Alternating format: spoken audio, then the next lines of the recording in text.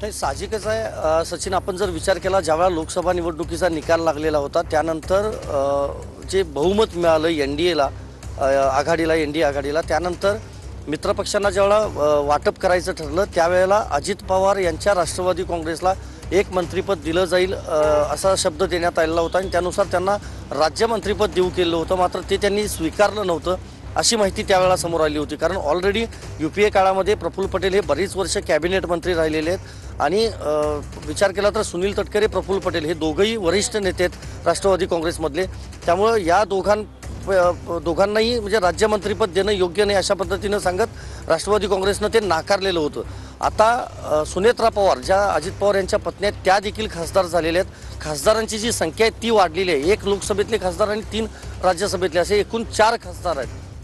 हे झालं लोकसभेतलं. दुसरं विधानसभेतलं.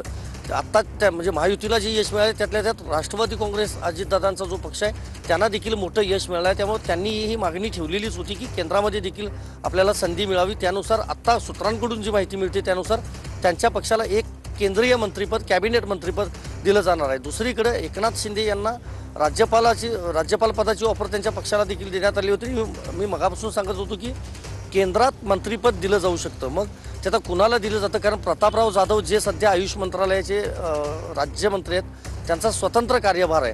ते जरी कॅबिनेट नसले किंवा राज्यमंत्री नसले तरी ते स्वतंत्र कार्यभार आहे. त्यामुळं त्यांच्याकडे बऱ्यापैकी अधिकार आहेत. सध्या ते एकच मंत्री आहेत. इतर खासदारांना मात्र मंत्रिपद दिलेलं नाही, आपल्याला माहिती आहे. त्यामुळं ते काढून आता एकनाथ शिंदे यांच्या पक्षाला कॅबिनेट मंत्रिपद दिलं जातं की ते ठेवूनच दिलं जातं हे बघणं महत्त्वाचं आहे. कारण ज्या वेळेला सरकार स्थापन होत होतं त्यावेळेला माहिती आहे आपल्याला JDU आणि इतर पक्षांनी त्यांना पाठिंबा दिला होता आणि त्यानुसार हे सरकार जे आहे ते स्थापन झालेलं होतं. पंतप्रधान नरेंद्र मोदी यांनी त्याबाबत म्हणजे शपथ घेतली होती पंतप्रधान पदाची, आपल्याला माहिती आहे. त्यामुळे ते मंत्रिपद जाधवांचं ठेवूनच नवीन मंत्रिपद दिलं जातं की ते काढून घेऊन दुसरं दिलं जातं हे बघावं लागेल. आणि जो नावाची चर्चा जर म्हटली तर प्रतापराव जाधव हे आतापर्यंतच्या खासदारांमध्ये ते सिनियर आहेत, वरिष्ठ आहेत, म्हणून त्यांना ते मंत्रिपद दिलेलं होतं. आता मंत्रिपद हे एकनाथ शिंदे यांनी जर उपमुख्यमंत्रीपद सोडलं किंवा मंत्रिपद जरी राज्यात घेतलं नाही तर नक्कीच हे पद श्रीकांत शिंदे यांच्याकडे जाऊ शकतं. ही शक्यता नाकारता येत नाही. कारण शेवटी राज्यातले वरिष्ठ नेते म्हणून आता एकनाथ शिंदे यांची ओळख झालेली आहे. महायुतीतले नेते म्हणून त्यांची ओळख आहे. त्यांच्या नेतृत्वाखाली सगळ्या विधानसभा निवडणुका लढवण्यात आल्या होत्या. त्यामुळं हे जर मंत्रिपद दिलं तर ते नक्कीच श्रीकांत शिंदे यांनाच दिलं जाऊ शकतं असं म्हणता येईल. सचिन. संदीप, ही संपूर्ण माहिती जी आहे ती आता समोर आलेली आहे, परंतु यामध्ये सगळ्यात महत्त्वाचं आहे की प्रफुल्ल पटेल यांना केंद्रात मंत्रिपद मिळण्याची शक्यता आहे. तर शिंदे गटाच्या एका खासदाराला देखील केंद्रात मंत्रिपद मिळण्याची शक्यता आहे. योग्य तो सन्मान शिंदेंचा राखला जाईल असं या बैठकीमध्ये ठरल्याची माहिती मिळते. तर अजित पवार यांना उपमुख्यमंत्रीपद आणि अर्थमंत्रीपद मिळणार आहे. तर शिंदे गटाकडे नगरविकास आणि PWD खातं असणार आहे. तर आणि भाजपाकडे गृहमंत्रीपद जे आहे ते असणार आहे. त्यासोबत महसूल खातं असणार आहे असं देखील या बैठकीमध्ये ठरलेलं आहे.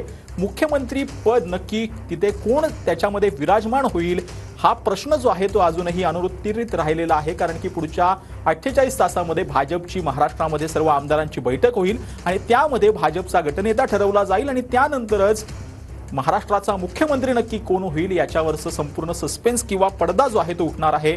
आजच्या दिल्लीतनं बैठकीतनं काही यावरती उत्तर जे आहे ते मिळू शकलेलं आहे का ते आपण पाहतो आहोत. महायुतीच्या बैठकीत नक्की काय ठरलंय ते आपण पाहतो आहोत. शिंदे गटाच्या एका खासदाराला केंद्रात मंत्रिपद मिळण्याची शक्यता आहे. तर राष्ट्रवादीच्या प्रफुल्ल पटेलांना केंद्रात मंत्रिपद मिळण्याची शक्यता जी आहे ती आता बैठकीतून कळते. शिंदेंच्या शिवसेनेला नगरविकास खातं, PWD खातं दिलं जाईल असं देखील कळते. तर अजित पवारांना उपमुख्यमंत्री पद आणि अर्थ खातं दिलं जाईल असं देखील माहिती आता समोर येते. तर भाजपाकडे महसूल आणि गृह खातं राहणार आहे. तर महायुतीच्या मंत्रिमंडळात ओबीसींचं प्रतिनिधित्व त्यांना दिलं जाऊ शकतं अशी देखील माहिती आता समोर येते. तर महायुतीत एकनाथ शिंदेंचा योग्य तो सन्मान राखला जाईल अशी देखील बैठकीत चर्चा झाल्याची माहिती आता समोर येते. पुढील 2 दिवसात भाजपच्या नेत्याची निवड केली जाईल असं देखील या बैठकीतनं कळतंय. गेल्या 2.5 तासांपासून सुरू असलेली ही बैठक जी आहे ती आता संपलेली आहे आणि या बैठकीतलं इत्तमभूत अपडेट जे आहे ते आपण सध्या आपल्या टीव्ही स्क्रीनवर पाहतो आहोत. प्रफुल्ल पटेल यांना केंद्रात मंत्रिपद मिळण्याची शक्यता आहे.